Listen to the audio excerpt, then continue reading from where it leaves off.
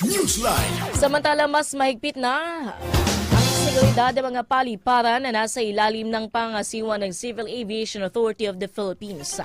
Sa ilalim ng Oplan Biyaheng Ayos, Pasko 2023 ng Department of Tourism o Transportation, itinas na ang heightened alert sa mga paliparan kaya nagdagdag na sila ng security measures at dinamihan pa nila ang mga security personnel sa 12 area centers mula December 15 hanggang January 3 ng susunod na taon.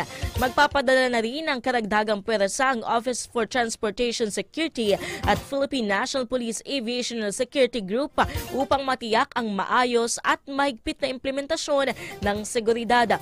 Maglalagay din ng malasakit help desk sa arrival at departure ng mga paliparan upang tugunan ang mga hinaing at mga katanungan ng mga pasahero.